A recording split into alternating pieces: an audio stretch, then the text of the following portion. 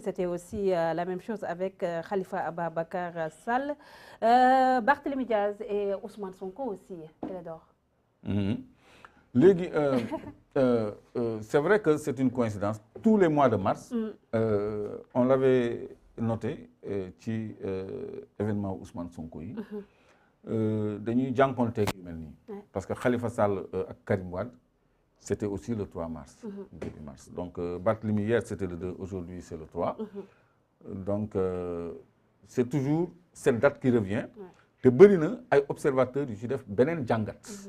Ñooñu nag ce serait bon ñu revenir sur les plateaux parce que l'histoire et le temps sont en train de leur donner raison. Parce que effectivement c'est des coïncidences qui attirent l'attention. Le 3 mars, tout le temps le 3 mars, il y a des dossiers au Sénégal. Donc même affaire Adji Sarr bi sax ñu ngi koy yëngalaat. Donc vers quoi on veut nous mener? Loolu mooy l'interrogation. L'affaire Adji Sarr tax nga ñu dugg suñu deuxième partie émission l'affaire Adji Sarr 3 mars 2021 3 mars 2022 l'affaire Adji Sarr mu mel ni comme ba tey mu ngi dox di wéy gannaaw rek benn jëlee ki nga xam ne mooy Ousmane Sonko placé ko sous contrôle judiciaire Adji Sarr mu toog indi ay weer kenn déggu ko mais finalement dañoo toog rek Adji Sarr ñu gis ko si ay médias yu mag foofu lee si tugal RFI Le Monde muy rek expliquer li nga xam ne moom lay dund ak it lu muy xaar par rapport ak bile procès mu mel ni comme mbirum Adji Sarr Ousmane Sonko fu mu toll nii dafa internationalisé wu. Non dañu sukkandiku ci ay support étranger pour remettre ko dans la scène parce que bu ñu régime ne indil photo Adji Sarr yi da ngay constater ni c'est des shootings assez bien travaillés. C'est trop joli. Avec un fond noir. Non, attends, ça c'est professionnel. Hein. Ça c'est pas une Adji Sarr qui prend une selfie et qui envoie ça. Franchement. Donc ça c'est un shooting qui a été travaillé de main de maître. Le rideau derrière lequel, si on peut nous l'amener, le yernoumi. La régie, voilà. Non, le rideau, kooku aussi, c'est un travail de professionnel qui a dû être payé. C'est pas gratuit. Les temps de passage au journal Le Monde, RFI ak yooyu Jeune Afrique yooyu yëpp si dafa zoomer sax image bi fii ça s'est fait payer donc lii lu ñu togg la lu ñu préparé la donc quelqu'un qui a un dossier en justice naka la mën a amee souci def du lifting def du shooting soigner son image se mettre derrière un rideau di yërndu fond noir defaru ba baax xam nga pourquoi mu am soxla communiquer noonu c'est une affaire de justice c'est pas une affaire médiatique boo gisee nit ñi di ko indi ci place médiatique bi c'est parce que ñoom ñoo ko fa teg ñoom ñoo dem ay Monde ay Jeune Afrique ay RFI ay un peu partout avec certains sites de relais indi fa un débat boo xam ni indiwuñ ci benn élément nouveau man maa ngi dégg sax ñu naan xaw ma dafa avorté xaw ma quelque chose comme ça kenn xamul à quoi s'en tenir donc communication boobu dafa njort voilà regarde cette image là elle est travaillée avec cette air là de quelqu'un qui voilà qui se cache qui craint quelque chose ça c'est de la mise en scène et l'image même derrière si kii gris prison aussi voilà régie bu mu ne indi aussi image aussi yëpp c'est travaillé c'est de la communication et destiné à l'opinion c'est pas de la petite communication ça c'est les étrangers qui font ça donc léegi lan la ñu bëgg a teg ci loxo Sénégalais yi que cette femme là elle est persécutée voilà elle ne vit pas elle ne dort pas elle prend des cachets elle a besoin de soutien elle a besoin d'aide etc li wóor mooy état du Sénégal dugal na loxoom ci dossier Adji Sarr. mais Adji Sarr waxul loolu de. man maa wax loolu bàyyil ma démontrer la ni état du Sénégal dugal na loxoom ci dossier Adji Sarr. si naka. dégg ngeen fii le ministre de l'Intérieur. nii dañu placer Adji Sarr sous surveillance policière. wala. wutal ko ay garde du corps. elle l'a même dit 3 policiers ñoo koy topp. mais elle est quelle personnalité. Il y a combien de victimes ici? Mais parce que tamit ku mu accusé aussi du ku ndaw. mais yàgg nañ fi accusé ay. sa vie est en danger aussi. Clédor non yàgg nañ fi accusé ñu gën a mag ñooñu. te sa qui menace sa vie. Ah. Kenn menacé wul vie mais c'est-à-dire. mais xam nga Adji Sarr na mënul am luxe nag. mais aussi. le fait que mu ñor état ba état du Sénégal jël suñu kaaraange jox ko benn masseuse mais loolu c'est une implication directe parce que du ko jóg rek mën a am sécurité de l'état les hommes politiques les leaders de partis politiques ñoom dañu war a am sécurité l'opposition dañu war a am sécurité. amuñu sécurité mais ne sont pas menacés aussi. Si. Tous les hommes politiques sont sous des risques. Mais une Adji Sarr. Pas comme Adji Sarr. nga jël nos forces de l'ordre mettre ko à sa disposition. mais ban maxaama la am ba ñu mën ko defal loolu. donc loolu ça montre l'intérêt de l'État. donc tout ce travail médiatique là c'est un pas vers quelque chose qu'on ne nous dit pas encore.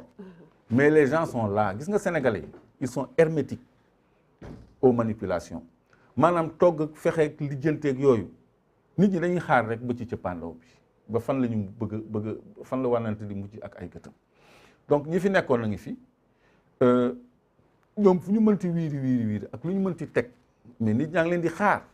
mais Clédor bu ñu gisee aussi Adji Sarr par rapport ak interview yi nga xam ne joxe na ko foofulee ci RFI ak Le Monde mu ngi xam ne ni fu mu toll nii moom même buy nelaw dafay joxe day naan ay cachet vie am fu mu toll nii dafa menacé wu si diirum 1 an déménagé na lu toll juróomi yoon état bu Sénégal wala sax ñi nga xam ne dañoo jàpp ne ñoo nekk si gannaawam di koy dimbale dañ koo seetaan benn ONG moo nekk si gannaawam bugg ko fësal ngir rek pour seen sécurité te di xaar aussi te tamit justice bi nga xam ne ñu bëri féetoog Ousmane Sonko dañ koy bañ a wóolu moom Adji Sarr aussi nee na moom justice bi aussi wóolu ko ndax ku am doole ku mu ko sekkal aussi est-ce que mënuñ ko jox aussi bénéfice du doute mel ni ko comme xoolee ko aussi une femme qui est traumatisée aussi Clédor.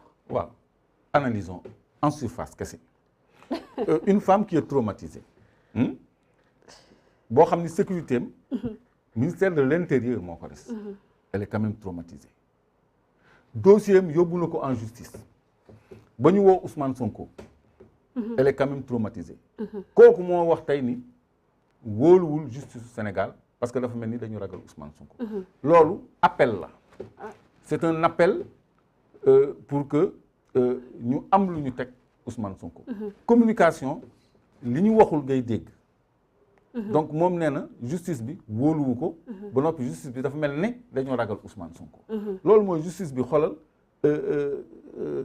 mettez de la poigne dans cette affaire là du nelaw guddi kooku c'est sa vie privée conscience mooy tax nit nelaw mais yéen ñëpp gis dégg ngeen Sénégal ñi nekk ci réseaux sociaux yëpp dégg nañu audio wu Adji Sarr avec son Ahmed la bi ñuy wax moom tudd na ko sax ci wax bi xam nga loolu du lu ñuy teg fii di ko fësal mais lu ñuy intégrer en ligne de compte la parce que cet élément et d'autres aussi doivent être versés au dossier parce que gendarmerie am na moyen d'identification et d'authentification des voix am nañu outillage boo xam ne bu ñu tegee audio yooyu dinañu dégg voix bi te dinañ mën a certifier ndax Adji Sarr la wala du Adji Sarr ndax imitation la wala réellement Adji Sarr la loolu gendarmerie mën na ko kooku muy benn ñaareel bi ci audio yooyu nga xam ne ñi ñuy seetaan yëpp déglu nañ ko parce que wër na toile bi dañ ko sélectionné c'est plusieurs communications sélectionnées et rattachées yoo xam ne baatu ka muy waxal génnagul elle parlait pas toute seule donc assertion bu nekk am na réponse am réponse yooyu mais génnagul mais dossier bi nañ dem ba ci kanam rek ça va se jouer sur la place publique parce que nit ñi parewuñu pour dem ci yoon te sur la place publique du régler dara parce que débat malsain lay installé léegi ñoom mais juge bi lu muy xaar nee naa Khalifa Sall en 1 an on a épuisé toutes les étapes de la procédure du jugement ba cassation ba conseil constitutionnel yëpp taf mais bii moo waroon a gën a jàmp. Déjà avocat Ousmane Sonko yi ñuy sakku à ce que ñu juger cette affaire. Mais bien sûr. Déjà moom mënutul génn Sénégal. Voilà, injustement. Injustement. Donc léegi justice deful liggéeyam. Justice deful liggéeyam. Donc c'est vrai que le temps de la justice c'est pas le temps de la politique, on nous le sert souvent, mais am na ay dossiers yoo xam ne quand même dañ ko war a diligenter. Parce que audio bi circulé nii mais élément nouveau la, élément bu ñu war a verser au dossier la, parce que cette voix elle doit être authentifiée parce que li muy wax c'est grave. Fii ak quelques jours ku góor ki li mu wax aussi dana ñëw mu gën a leer ci bopp nit ñi. On sait que la main de l'État est dedans, il y a un complot dedans parce que quand même du ko jóg rek am problème ak nit ñu jox la sécurité ministère de l'Intérieur. Mais parce que Adji Sarr la ak Ousmane Sonko aussi il faut aussi ñu nangal ko loolu aussi plaidor. Neel Adji Sarr bokk au lieu de Adji Sarr elle est devenue une star au point que mu méritait la protection de l'État. Peut-être ça, parce que sa vie est en danger aussi. Mais il y a combien de vies en danger au Sénégal? Moi, ma vie est en danger, moi. Yow, tu sais tout ce que je risque? Moi, ma vie est tout le temps en danger. Est-ce que man état dafa soucier wu de me protéger? Mais doo Adji Sarr. Du ma star, du ma Adji Sarr. Voilà, je suis pas une star comme elle. mu ngi noonu daal en tout cas daal li gën mooy justice mettre fin à ce débat-là en vidant le dossier. Loolu daal mooy li nga xam ne moom mooy clore le débat. Mooy clore le débat mais ay shooting ay montage ay articles yu ñuy paye dans la presse internationale ba noppi dem dans des plateaux de télévision di prolonger communication boobu encore loolu je crois que c'est malsain. Ñun soxlawuñu ay dénigrement ay yàq deru nit. C'est-à-dire Sénégal dafa war a dépasser loolu justice warul te permettre loolu justice dafa war a régler le problème bi parce qu'il s'agit d'une autorité. Il s'agit d'un homme politique qui est leader de l'opposition et maire d'une ville. Par rapport à une femme boo xam ne xamuñu au nom de quoi le mériter la protection de l'État xamuñu par quel canal la am accès aux médias internationaux et on dit même qu'elle serait partie en France xaw ma et cetera et cetera. De toute façon moom mu ngi demander asile, elle veut quitter le pays aussi parce que sa vie est en danger au Sénégal. Ça c'est un café trop fort qu'on peut pas me servir. Donc kenn menacé wul sa vie wax dëgg yàlla. Non kenn menacé wul sa vie. Adji Sarr ñun xamuñ sax fu mu nekk. Donc il y a des gens qui s'occupent d'elle. Et puis il y a des noms d'hommes politiques qu'on est en train de citer. Babacar Touré am na ñu mu cité na Mame Boye Diao mais man maa ngi doon xaar Mame Boye Diao porter plainte Babacar Touré parce que nee na kooku il est dans le coup mais il fait le mort jusqu'à présent. Man suñu ma cité woon dans une affaire si grave dinaa ko leeral man suñu ma ne woon man maay lax Adji Sarr wala maa nekk ci gannaaw wala maa koy monter loolu ku ma ko wax man dinaa ko lijjanti ak yow. Mais l'implication des médias occidentaux rawatina la France les médias français par rapport à ce qui se passe dans nos pays parce que ñu bëgg ko ñu bañ ko Ousmane Sonko c'est une personnalité fii au Sénégal tey jii mu nekk quelqu'un boo xam ne aussi son discours wala sax acte yi nga xam ne daf koy poser gis nga premier acte bu mu poser ba mu nekkee maire de Ziguinchor dafa jël rek baptisé li nga xam ne mooy tur yi joxoon suñu ay anciens bourreaux man noonu laa la ñuy tuddee mu nekk laa la wax des mesures très fortes yoo xam ne képp kuy patriote rek wala bëgg sa réew c'est à saluer tey jii mu mel comme ça Ousmane Sonko il est en train de déranger aussi ñi nga xam ne mooy waay France est-ce que mënuñ see am aussi njort boobu. xam nga yow nag da nga neex a waxtaanal parce que tu vas au fond des choses parce que man je voulais même pas pousser l'analyse jusque là. Mais merci pour cette pertinence parce que effectivement loolu on peut le subodorer parce que ku mel ni Ousmane Sonko arrangé wul France ci contexte bi nga xam ni France dafa perdre pied en Afrique perdre pied au Mali au Burkina au Niger ça commence à flancher en Guinée c'est raté au Sénégal l'opinion publique est contre événement de mars yi gis nañu ñu attaquer des intérêts français donc te boobu Mali tolloogul woon fii. C'est vrai. Donc loolu yëpp pour la France du ko arranger que Ousmane Sonko ñëw après Macky Sall. Donc qu'est-ce qu'on prépare pour lui barrer la route? En tout cas les médias français dugg nañu ci machination politique bi. parce que l'affaire Damarin mu ngi nii amul benn média sénégalais bu ci am bu ci wax. L'affaire Damarin en France. Voilà kenn waxu ci. Nous on s'occupe pas de leurs affaires. Mais ñoom dañu bëgg a préparer l'opinion à quelque chose qu'on ne sait pas encore. Mais on attend de pied ferme. Donc ingérence la à tout le moins des médias étrangers dans des affaires bien sénégalaises. te je crois que médias yooyu ils sont pas du bon côté. Ils sont pas du côté de la vérité. Donc loolu yëpp ay pexe la yuy wane ni enjeu yi bëri na mais li ñu mënta jël en compte te war ko jël en compte mooy Sénégal du Ousmane Sonko mooy décider du Macky Sall mooy décider du Macron mooy décider du Biden mooy décider c'est le peuple souverain mooy décider mooy imposer volonté parce que dafa am lu changé loo xam ne ñu bëri liiraguñ ko et même pas la France.